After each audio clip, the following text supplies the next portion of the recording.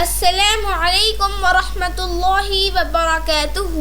الحمد للہ حمدا یلیق بجلالہ والصلاة والسلام علی صفوۃ انبیاء نبینا محمد بن عبد اللہ وعلی آلہ وصحبہ اجمعین وبعد. اعوذ باللہ من الشیطان الرجیم. بسم اللہ الرحمن الرحیم. آج میں الحمدللہ اللہ سبحانہ و تعالیٰ کے کرم سے آپ لوگوں کے سامنے مسلم سائنٹسٹ اور ان کی خدمات سیریز کا ایپیسوڈ 4 لے کر حاضر ہوئی ہوں. آج ہم ابو علی حسن ابن الہیثم کے بارے میں پڑھیں گے.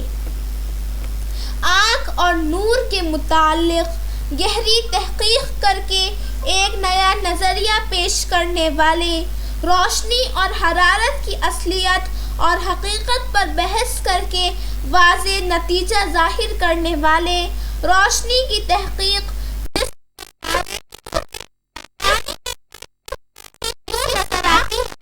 گزرے تو وہاں واقعی چیز الٹی کیوں نظر آتی ہے، اور تحقیقی نظریہ بیان کرنے والے عظیم محقق اور سائنٹسٹ، مصر کی طرف توجہ دلانے والے اور اس عظیم پلان کو پیش کرنے والے پہلے انجینئر الہیثم.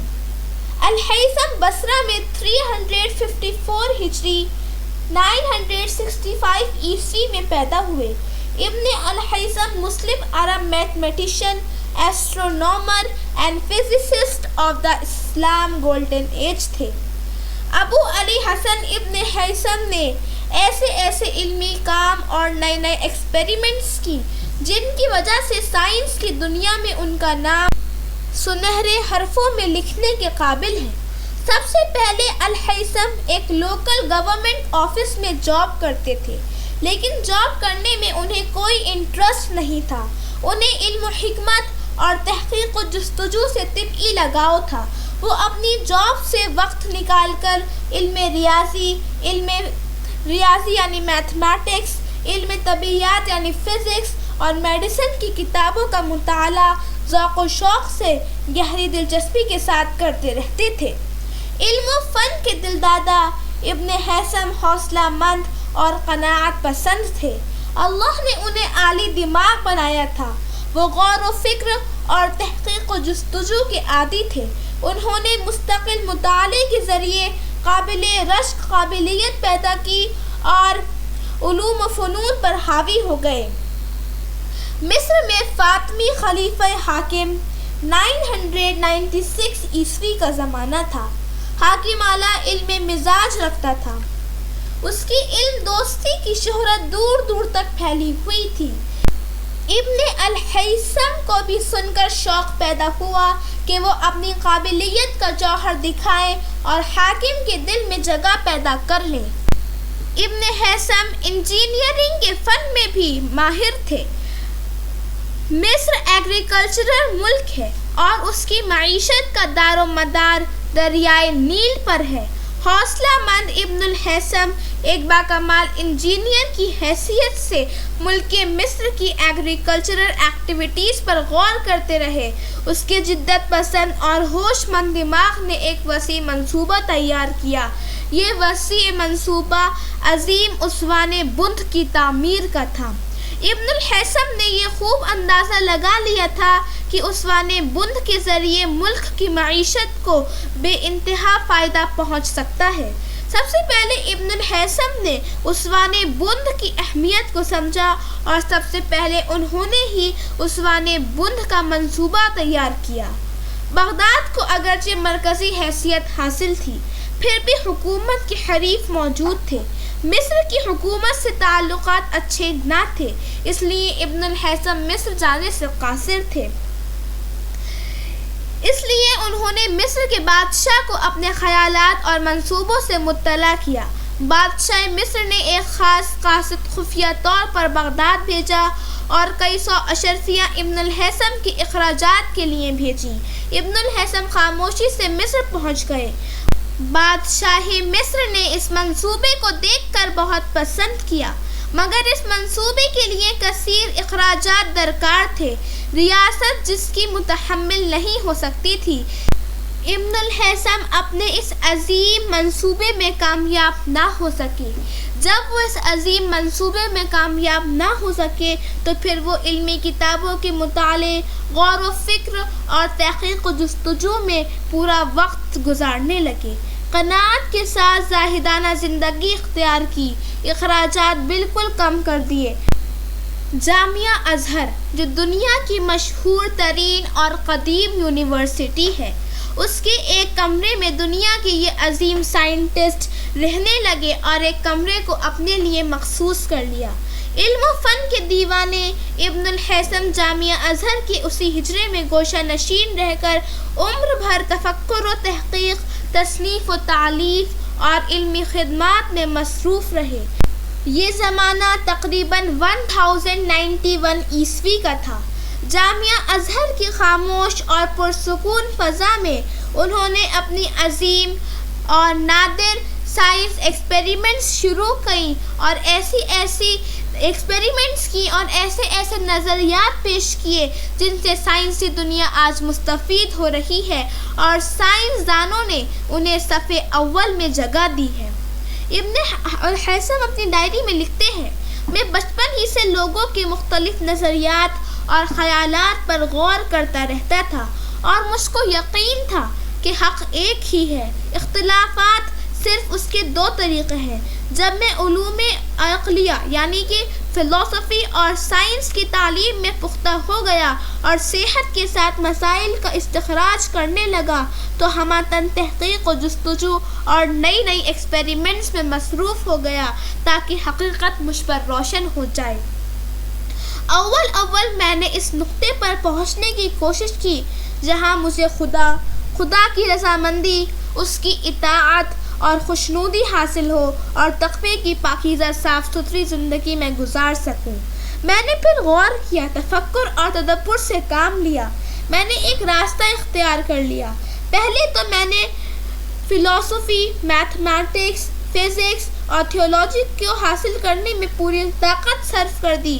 اس وقت ذی الحجہ کا مہینہ اور 417 ہجری 1004 عیسوی کا سال تھا۔ میں نے عہد کر لیا کہ اپنی زندگی کو بالکل مصروف رکھوں گا اور اس سے میرے یہ 3 مقاصد ہیں۔ پہلا پوائنٹ، میں سچے علوم و فنون کا صحت کے ساتھ اتنا سرمایہ جمع کر دوں کہ علمی اور فنی ذوق و شوق رکھنے والوں کو اپنی زندگی میں اس سے صحیح فائدہ پہنچا سکوں، یعنی اہل شوق میری کتابوں کو مجھ سے پڑھ لیں اور پھر میری موت کے بعد میری کتابیں ان کے لیے شمع راہ بنے۔ یہ علمی سرمایہ میرے بڑھاپے کے لیے بھی سرمایہ زندگی بنے اور میرے دل کو سکون اور اطمینان حاصل ہو۔ پوائنٹ 3، میں نے ان علوم و فنون کی قدر کو سمجھا، اسی میں مصروف و مشغول رہوں گا تاکہ اس کی مشق جاری رہے اور یہ علوم دل و دماغ سے نہ اتر جائیں۔ ابن الہیثم نے اپنی تصنیف کردہ کتابوں کی تعداد بھی بتائی ہے۔ انہوں نے 25 بکس میتھمیٹکس پر اور 44 بکس فزکس اور تھیولوجی پر لکھی ہیں۔ اس کے علاوہ بہت سے مختلف رسالے بھی لکھے ہیں۔ عالی دماغ ابن الہیثم سائنسی تحقیقات سے اتنا گہرا شغف رکھتے تھے کہ انہوں نے اپنی دیگر دلچسپیوں کو ختم کر دیا اور 22 سال کی مدت خاموشی کے ساتھ صرف سائنس ایکسپیریمنٹس میں گزار دی۔ ابن الہیثم نے ایک نیا موضوع تلاش کیا۔ انہوں نے آنکھ کی بناوٹ، اس کی روشنی اور نور کو اپنی تحقیقات اور غور و فکر کا مرکز بنایا۔ انہوں نے نئے ایکسپیریمنٹس کیے اور نئے نظریات قائم کیے۔ ان کی ایکسپیریمنٹس بہت اہمیت رکھتے ہیں اور آج بھی قدر کی نظروں سے دیکھے جاتے ہیں۔ ابن الہیثم نے سب سے پہلے آنکھ کی بناوٹ پر غور کیا کہ روشنی کیا چیز ہے، کیا کوئی چیز نظر کیسے آتی ہے۔ ان سب مسائل کے بارے میں انہوں نے گہری تحقیقات کی اور پورا وقت اسی میں گزار دیا۔ انہوں نے کئی نئے اور اہم ایکسپیریمنٹس بھی کیے۔ ابن الہیثم آنکھ کی بناوٹ، روشنی اور نور سے متعلق اپنی سائنس ایکسپیریمنٹس، مشاہدات اور نظریات غرض سب باتیں اور نتائج لکھتے رہے۔ رفتہ رفتہ اہم معلومات کا قیمتی ذخیرہ ان کے پاس جمع ہو گیا۔ انہوں نے اپنی معلومات اور تجربات و مشاہدات کو مرتب کر کے اپنی مشہور ترین کتاب المناظر یا بک آف آپٹکس لکھی۔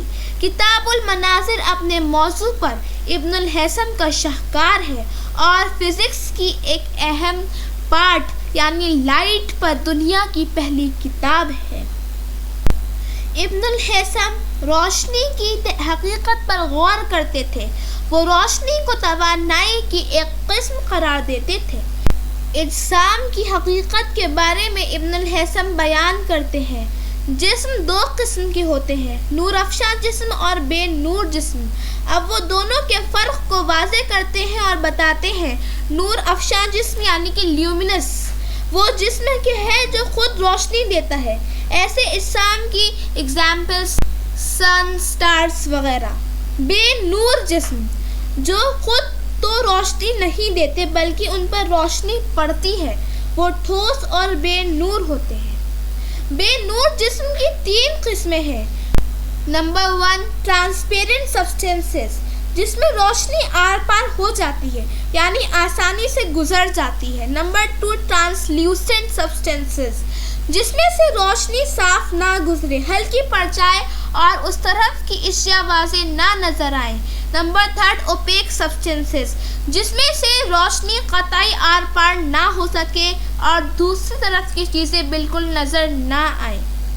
ابن الہیثم نے یہ بھی بتایا کہ لائٹس کے ریفلیکشنز کے 2 قانون ہیں۔ پہلا قانون تو یہ ہے کہ انسیڈنٹ رے، ریفلیکٹڈ رے اور نارمل یہ تینوں ایک سطح میں پائے جاتے ہیں۔ دوسرا قانون یہ ہے کہ اینگل آف ریفلیکشن اور اینگل آف انسیڈنسی دونوں آپس میں برابر ہوتے ہیں۔ ابن الہیثم ریفریکشن سے خوب واقف تھے۔ وہ اس کے اصول اور قاعدے کو بیان کرتے ہیں اور ریفریکشن کے پہلے قانون معلوم کرتے ہیں۔ ابن الہیثم کا شاندار کارنامہ اسفیریکل مررز کے متعلق تحقیقات اور دریافت ہے۔ وہ بیان کرتے ہیں کہ جب لائٹس کی ریز کانکیو مرر پر پڑتی ہے تو وہ ریفلیکٹ ہو کر ایک خاص نقطے سے گزرتی ہے، اس نقطے کو فوکس کہتے ہیں۔ ابن الہیثم نے ایک بک ایسٹرونومی پر 1038 میں لکھی جس کا نام تھا The Model of the Motions of Each of the 7 Planets۔ ابن الہیثم نے میتھمیٹکس میں یہ فارمولا انوینٹ کیا تھا کہ کیسے فرسٹ 100 نیچرل نمبرز کو ایڈ کریں گے۔ He discovered a formula for adding the first 100 natural numbers۔ اور ابن الہیثم کو فادر آف ماڈرن آپٹکس کہا جاتا ہے۔ ابو علی حسن ابن الہیثم کی وفات 430 ہجری 1021 عیسوی میں ہوئی۔ جزاکم اللہ خیرا کثیرا۔ السلام علیکم ورحمۃ اللہ وبرکاتہ۔